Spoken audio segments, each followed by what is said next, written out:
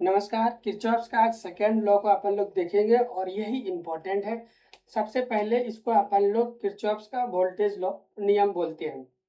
दुनिया वाला कभी कभी इसको लूप लॉ भी बोलते हैं। It is also called loop law. Loop इसलिए बोलते हैं क्योंकि ये वाला अप्लीकेबल ही होता है लूप के लिए। ये थ्योरी खत्म होने के बाद इस न्यूमेरिकल को सॉल्व करेंगे तो आपका पूरा कंसेप्ट क्लियर हो जाएगा। आप जरा ध्यान से देखो इस डायग्राम को दोस्त। तो क्लोज लूप का मतलब हो गया ऐसा ऐसा चीज जो चारों तरफ से घिरा हुआ हो। तो आप तो बोलोगे एक तो ये वाला हिस्सा मेरे को चारों तरफ से घिरा हुआ दिखाई दे रहा है और एक तो ये वाला हिस्सा चारों तरफ से घिरा हुआ दिखाई दे रहा है। तो मतलब इस नेटवर्क या सर्किट में मेरे पास दो लूप है, एक तो फर्स्ट ये, सेकंड ये। ठीक है। फर्स्ट लूप में यदि हम लोग ध्यान से देखेंगे तो अपने को एक बैटरी दिखाई दे रहा है, एक रेजिस्टेंस दिखाई दे रहा है, दूसरा और एक रेजिस्टेंस दिखाई दे रहा है। तो ये जितने भी लूप के अंदर रहेंगे, लूप में रहेंगे, वो सारे के सारे क्या कहलाएंगे? एलिमेंट कहलाएंगे। उसी तरह सेकेंड लूप के लिए आप देखो तो कैगो एलिमेंट है, एक बैटरी है, एक 6 ओम का रेजिस्टेंस है, फिर 4 ओम का रेजिस्टेंस है। इसमें 3 एलिमेंट, इसमें भी 3 एलिमेंट है। ये 4 ओम जो है दोनों लूप में आ रहा है, फर्स्ट लूप में भी और सेकेंड लूप में भी आ रहा है। तो ये एलिमेंट समझ में आ गया, लूप आपने देखना समझ लिया। तो अगला पॉइंट में ये बोलता है कि it is applicable on current carrying loop. इसमें करंट चल रहा होगा, बैटरी या रेजिस्टेंस है तो करंट चल रहा होगा। अब वही करंट को कितना चल रहा होगा निकालने के लिए क्वेश्चन में पूछा जाता है। तो किरचॉफ्स का स्टेटमेंट सेकंड लॉ के अकॉर्डिंग क्या था? कहता है सम ऑफ ऑल पोटेंशियल डिफरेंस या ड्रॉप ऑफ ऑल एलिमेंट। कहते हैं सम जितने भी एलिमेंट है यहाँ पे, सभी एलिमेंट के थ्रू जो भी पोटेंशियल का डिफरेंस होगा, यहाँ पे भी पोटेंशियल बैटरी का डिफरेंस होगा तो 40 वोल्ट दिख रहा है यहाँ पे डायरेक्ट, इसके बीच भी पोटेंशियल का डिफरेंस होगा। ओम्स लॉ लगाएंगे, आई इंटू आर, भी बराबर कैसे निकालेंगे? आई इंटू आर लगाएंगे तो इसका निकल जाएगा पोटेंशियल डिफरेंस, उसी तरह इसका भी पोटेंशियल ड्रॉप निकल जाएगा। तो सारे पोटेंशियल ड्रॉप को किसी क्लोज लूप पे जितने प्रेजेंट है लूप में, सारे लूप के एलिमेंट का पोटेंशियल ड्रॉप को हम लोग लेंगे। लेने के बाद क्या बोल रहा है? Of all element present in any current carrying loop close loop will be equal to zero. ये जितना भी पोटेंशियल ड्रॉप होगा सभी को आप यदि सम करोगे तो क्या मिलेगा? आपको पोटेंशियल जीरो मिलेगा। तो एक डायग्राम यहाँ पे ले रहे हैं, एग्जाम हॉल में आएगा तो आप ऐसे ही लिखोगे। आपने एक सर्किट लिया जिसमें 2 रेजिस्टेंट कनेक्टेड है और 2 बैटरी कनेक्टेड है। अब इस क्लोज लूप को मुझे कवर करना है तो मैं कैसे कवर कर सकता हूँ? स्टार्ट तो कहीं से करना पड़ेगा मेरे को। तो मान लेता हूँ इस पॉइंट से मैं स्टार्ट कर रहा हूँ, तो इस पॉइंट से जाने के मेरे पास 2 रास्ते, या तो मैं इधर से आऊं फिर वापस ए के पास आ जाऊं। जब मैं इधर से चलूंगा तो आपको लूप को कवर करने के लिए घूमना पड़ेगा भाई सी से। तो जरा ध्यान से देखो, तो क्या आप क्लॉकवाइज घूमने की कोशिश कर रहे हैं और वापस ए पे आओगे? या दूसरा रास्ता ये है मेरे पास कि ए से मैं इधर की ओर चलूं, फिर यहाँ पे आऊं, फिर सी पर जाऊं, फिर डायरेक्ट ए पर आ जाऊं। ठीक है। तो फिर आप उल्टा घूम रहे हो, उल्टा घूम रहे हो मतलब आप कैसे घूमने की कोशिश कर रहे हैं? Anti clockwise. तो आपकी आजादी है, आप किधर से घूम रहे हैं ये आपके हाथ में है। क्लॉकवाइज घूमे और सॉल्व करे तब भी आपका आंसर सही आएगा, एंटी क्लॉकवाइज घूमे और सॉल्व करे तब भी आपका आंसर सेम आएगा। ठीक है। अब जब इसको नामांकन करेंगे, मैंने तो यहाँ पहले से नाम दे दिया है, एग्जाम हॉल में नाम आ गया तो बहुत बढ़िया, यदि नाम नहीं आता है तो कैसे नामांकन करेंगे? तो मान लिया हमने डिसाइड कर लिया कि क्लॉकवाइज घूमेंगे। ठीक है। और क्लॉकवाइज घूमेंगे तो हम लोग लूप के अंदर ही दिखा देंगे ये। ठीक है। और जो करंट इसमें चल रहा होगा, क्या चल रहा होगा हमें नहीं पता, लेकिन जो भी करंट चल रहा होगा उसको हम लोग क्या मानेंगे? आई मानेंगे। ठीक है। इसको क्या मानेंगे? आई। अब हम लोग क्लॉकवाइज चल रहे हैं तो सबसे पहले नाम देंगे यहाँ ए, और जो भी एलिमेंट आ रहा है उसका इनिशियल पॉइंट पे नाम एक देंगे, और उसके इनिशियल पॉइंट खत्म होने के बाद यानी फाइनल पॉइंट के बाद फिर दूसरा नाम हम लोग देंगे। तो ये रेजिस्टेंस का दूसरा पॉइंट ये है तो यहाँ पे नाम देंगे। इसके बाद ये एलिमेंट चालू हो गया, इनिशियल के लिए तो यही काम करेगा, लेकिन इस बैटरी के लिए फाइनल पॉइंट हम लोग यहाँ सी। उसी तरह जाएंगे तो इस बैटरी के लिए इनिशियल तो सी ही काम करेगा, लेकिन फाइनल यहाँ पे जस्ट बाद फाइनल पॉइंट मिलेगा। इसके जस्ट बाद फाइनल पॉइंट इधर की ओर तो नाम देने की जरूरत है क्या, क्योंकि इसको ऑलरेडी हम लोग ए नाम दे चुके हैं। ओके, ये हो गया।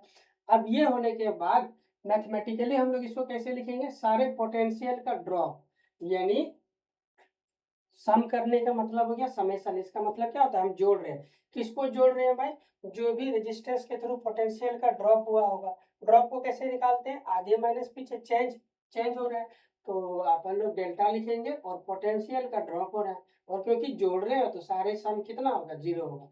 लो जी, ये आ गया हमारे पास। ठीक है, हमारे पास आ गया। इस एग्जाम्पल के लिए, इस एग्जाम्पल में यदि हम लोग लिखना चालू करेंगे सारे पोटेंशियल को, तो सबसे पहला पोटेंशियल कौन मिलेगा, पोटेंशियल ड्रॉप कौन मिलेगा, क्योंकि इधर से चल रहे हैं तो ये रेजिस्टेंस मिलेगा। तो रेजिस्टेंस के लिए पोटेंशियल ड्रॉप क्या मिलेंगे, ओम्स लॉ से लिखेंगे तो पोटेंशियल ड्रॉप यहाँ पे मिलेगा V बराबर, देखो यहाँ पे लिखा है ना, V equal to I into R. तो इस क्लोज लूप में जो करंट मेरा चल रहा है उसको माने क्या है, I, यहाँ पे लिखेंगे I, और इसका रेजिस्टेंस R1, फिर लिख जाएंगे प्लस। अब देखिए, करंट को हम लोग जिस डायरेक्शन में घूम रहे हैं, क्लोज डायरेक्शन, क्लॉकवाइज घूम रहे हैं, तो करंट भी इसी तरह चलेगा क्लॉकवाइज। ठीक है, तो करंट ऐसे चल रहा है। मान लिया एंटी क्लॉकवाइज चलते तो करंट मेरा एंटी क्लॉकवाइज चलता। तो आप जरा देखो, इसके लिए तो हमने पोटेंशियल ड्रॉप लिख लिया। इस बैटरी के लिए आप करंट ध्यान से देखो, साइन यहाँ पे लिखना पड़ेगा, माइनस आएगा कि प्लस। तो कैसे लिखेंगे साइन, यदि करंट मेरा प्लस साइन से एंट्री कर रहा है, प्लस साइड से, तो हम लोग इसको प्लस लिखेंगे। ठीक है, और करंट इस तरह आगे जाएगा। और यदि ये बैटरी का माइनस साइड से एंट्री कर रहा है तो इसको हम लोग माइनस लिखेंगे। देखो ये माइनस साइड से एंट्री कर रहा है ना, अरे छोटा वाला माइनस बताता है ना बैटरी को, मैंने बैटरी पढ़ाया नहीं है दोस्त, क्षमा चाहूंगा। बैटरी पढ़ाऊंगा तो आपको सारा क्लियर हो जाएगा। ये बड़ा वाला डंडी प्लस होता है बैटरी का, छोटा वाला डंडी निगेटिव होता है। बड़ा वाला डंडी पॉजिटिव टर्मिनल होता है, ये निगेटिव टर्मिनल होता है छोटा वाला। तो ये निगेटिव साइड से एंट्री करना है, तो जो भी यहाँ वोल्टेज का मान होगा उसको हम लोग निगेटिव साइन के साथ लिखेंगे। फिर हम लोग आगे जाएंगे तो प्लस, ये R2 है, तो करंट इंटू रेजिस्टेंस, तो I इंटू R2। अब इक्वल टू सारे एलिमेंट का पोटेंशियल ड्रॉप मैंने लिख दिया, ये इसको अब हम लोग क्या करेंगे, 0 के बराबर करेंगे इसके अकॉर्डिंग। तो आप जरा ध्यान से देखो, तो मेरे पास I कॉमन लेंगे इस टर्मिनल से और यहाँ से, तो यहाँ मिलेगा R1 प्लस R2। और देखो यहाँ पे V2 को उधर ले गए, ठीक है, और V1 उधर ले गए तो प्लस हो गया, और V1 को उधर ले जाएंगे तो माइनस हो जाएगा, यानी V2 V1 इधर माइनस हो गया। तो ये आ गया फाइनली I इक्वल टू क्या आ जाएगा, V2 minus V1 equal to R1 plus R2। कोई दिक्कत, ये तो इस डायग्राम के अकॉर्डिंग ये समीकरण बन के आया है। बस मैं आपको ये दिखाना चाहता था कि अपन लोग इस तरह क्या करेंगे, समीकरण बनाएंगे जैसे इसको हमने बनाया। ये लिखना आना चाहिए आपको, ये समीकरण को लिखते समय। साइन कन्वेंशन मैंने बता दिया, क्लॉकवाइज जाएंगे तो क्या होगा, एंटी क्लॉकवाइज जाएंगे तो क्या होगा, करंट किधर से लेंगे हम लोग वो भी बता दिया आपको। अब हम लोग क्या, थ्योरी इतने ही था, ये खत्म हो गया। आप एग्जाम हॉल में आएगा 3 मार्क्स का, तो पूरा यहाँ से लिखना चालू कीजिएगा, ये डायग्राम बनाइएगा, इसके बाद ये लिखिएगा, इसके बाद ये और ये, ठीक है, और आपको पूरा मार्क्स मिल जाएगा। एक नोट्स में इंपॉर्टेंट बात लिख लीजिए जो ऑब्जेक्टिव क्वेश्चन में अक्सर पूछा जाता है। देखिए, this law is based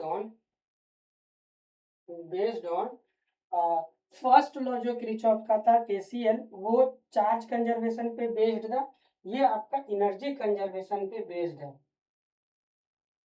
energy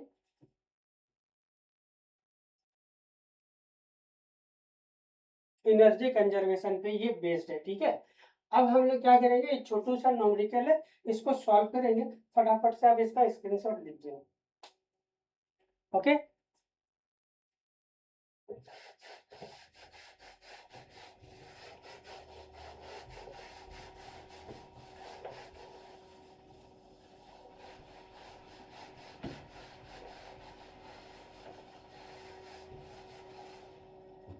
उस डायग्राम को वापिस से यहीं पे बनाता हूँ। देखिए, अब मेरे पास आज़ादी है, बताया था आपको कि क्लॉकवाइज घूमूं या एंटी क्लॉकवाइज, मेरा आज़ादी है। तो मैं इस पे क्लॉकवाइज घूम रहा हूँ। आप एक मेथड को प्रैक्टिस कीजिएगा जो मैं बता रहा हूँ, नहीं तो आप ट्राई करके देखना चाहते हैं तो देख लीजिए। आप किसी बच्चे का मन में आया कि इसमें मैं क्लॉकवाइज घूमा तो इसमें मैं एंटी क्लॉकवाइज घूमूंगा, तो घूम लीजिए, कोई बात नहीं है, आपका आंसर सेम आएगा। तो मैं दोनों में क्या कर रहा हूँ, क्लॉकवाइज ही घूम रहा हूँ। और आपसे रिक्वेस्ट होगा कि आप भी एक ही मेथड को प्रैक्टिस कीजिए, ठीक है। अब क्या हो गया, इस फर्स्ट क्लोज लूप में जो मेरा करंट फ्लो हो रहा होगा उसको, क्योंकि दो दो लूप है तो करंट को मुझे एक का नाम I1 देना पड़ेगा, इसका मुझे I2 नाम देना पड़ेगा, ठीक है। करंट का डायरेक्शन फर्स्ट लूप में किधर मानेंगे, जिधर आप लूप में घूम रहे हैं उधर ही करंट का डायरेक्शन मानेंगे। इसका मतलब करंट मेरा ऐसे घूम रहे हैं तो ऐसे ही चल रहा होगा, तो ये करंट ऐसे जाएगा, सेकेंड लूप में नहीं जाएगा क्योंकि मैं फर्स्ट लूप में हूँ। तो 2 ओम को कवर करते हुए फिर 4 ओम के पास आएगा। तो 4 ओम के लिए लूप 1 में करंट का डायरेक्शन नीचे की ओर होगा, फिर इधर से ये इधर आएगा, फिर इस तरह, ठीक है।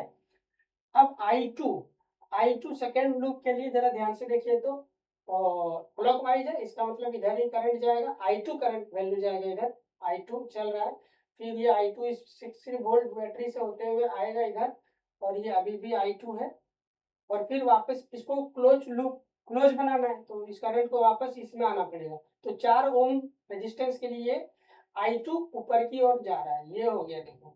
तो ये घबराए नहीं कि 4 ओम पे मेरा I1 ऊपर से आ रहा है और I2 नीचे से जा रहा है, तो टोटल करंट कितना जाएगा इसमें, तो अपन लोग नेट निकाल लेंगे, जो भी आएगा अपन लोग उसको देख लेंगे।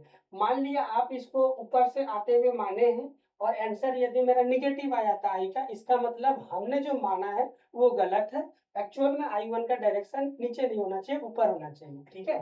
और यदि पॉजिटिव आ जाता है तो इसका मतलब हम I1 का मान डायरेक्शन सही माने हैं। उसी तरह I2 का मान हमने ऊपर माना है, और यदि निगेटिव आ जाता है तो इसका डायरेक्शन ऊपर ना होकर नीचे आएगा, ठीक है, ये वाला। तो क्वेश्चन हमारा ये बोल रहा है कि रेजिस्टेंस 4 के थ्रू करंट कितना होगा, I through 4 ohm resistance equal to what, ये क्वेश्चन में पूछा है। तो चलिए फर्स्ट लूप को कंसीडर करेंगे, तो नाम लिखेंगे सबसे पहले लूप का नाम। तो ये हो गया ए, तो समझ में आ गया होगा, इसको बी, इसको सी, इसको डी, फर्स्ट लूप के लिए।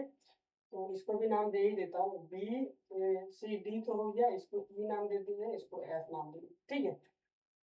तो आप पहले यहाँ लिखेंगे कंसिडरिंग लूप,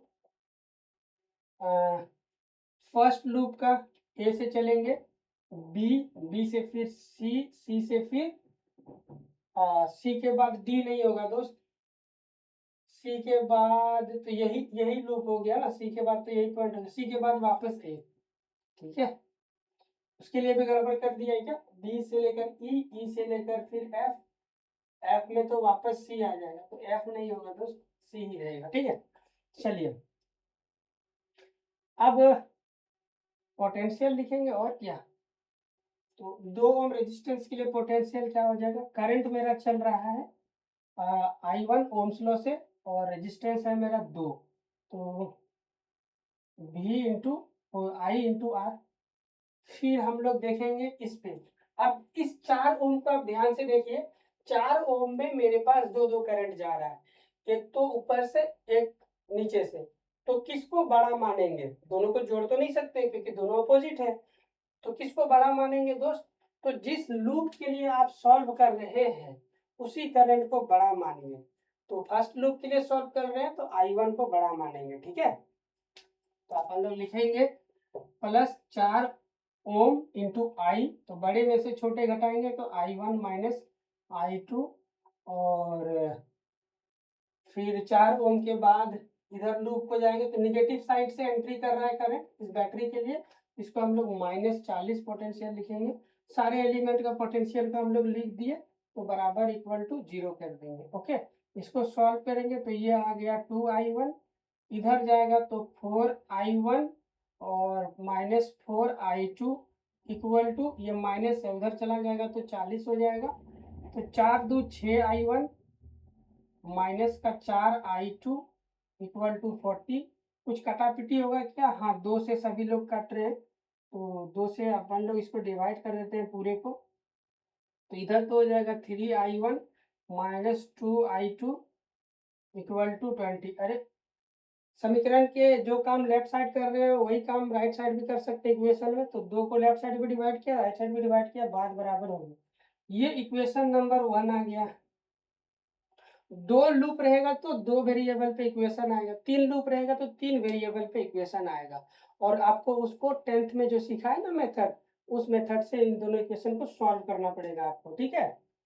तो ये तो लूप हो गया। अभी अपन लोग क्या करेंगे, अगेन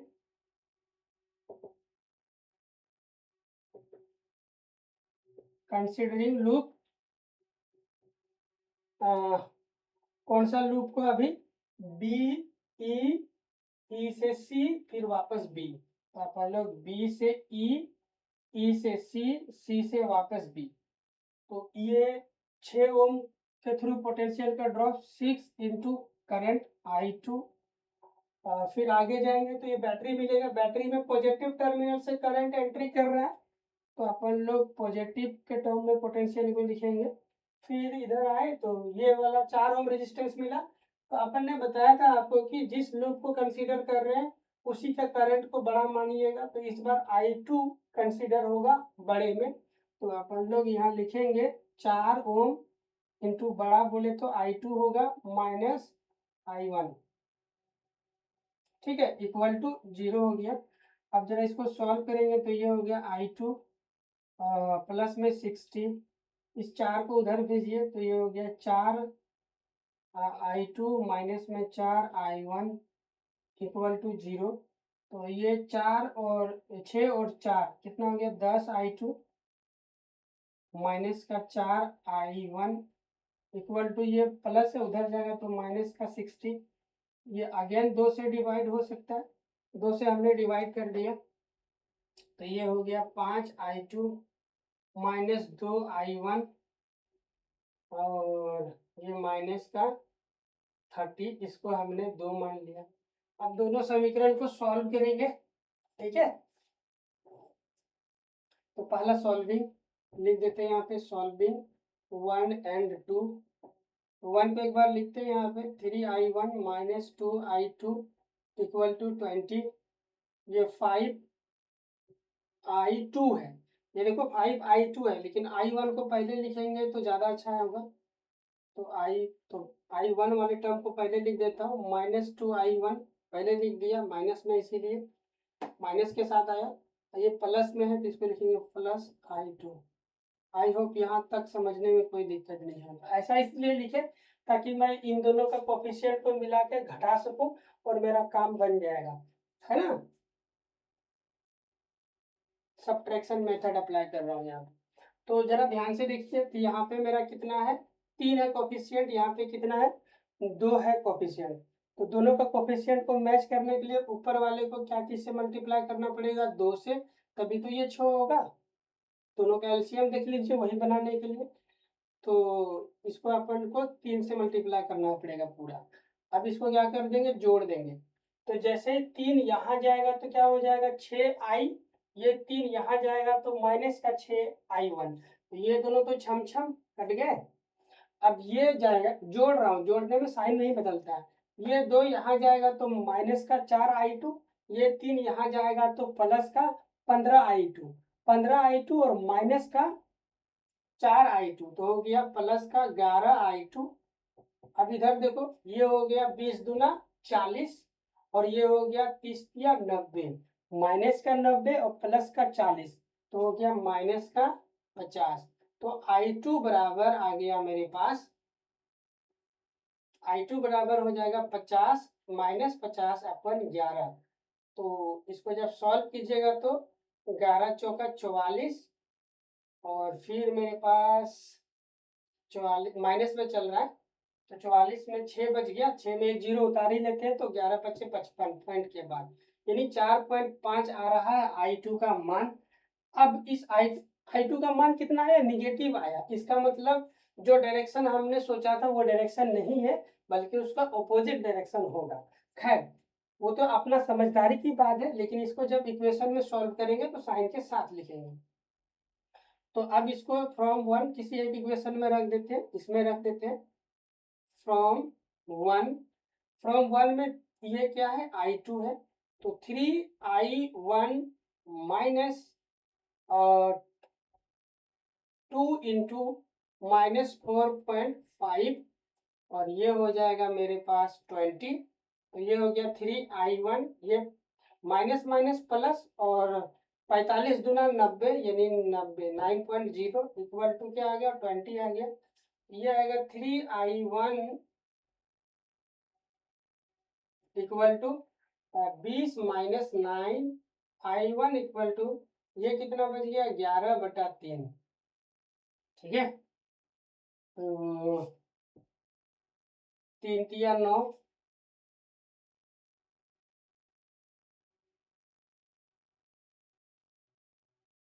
कुछ गड़बड़ हुआ है क्या? 11 चौका 44, 4 हो गया। नहीं, कोई गड़बड़ नहीं हुआ, सब ठीक है। तो ये हो रहा है मेरे पास